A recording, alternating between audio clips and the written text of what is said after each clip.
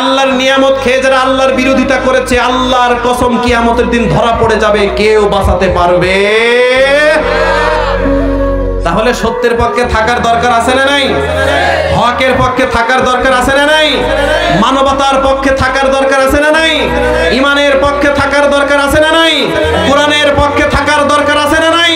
যেখানে হক সেখানে আমরা, যেখানে জান্নাত সেখানে আমরা, যেখানে বাতিল সেখানে বিরুদ্ধে আমরা। ধরে বলেন ঠিক না বেঠিক?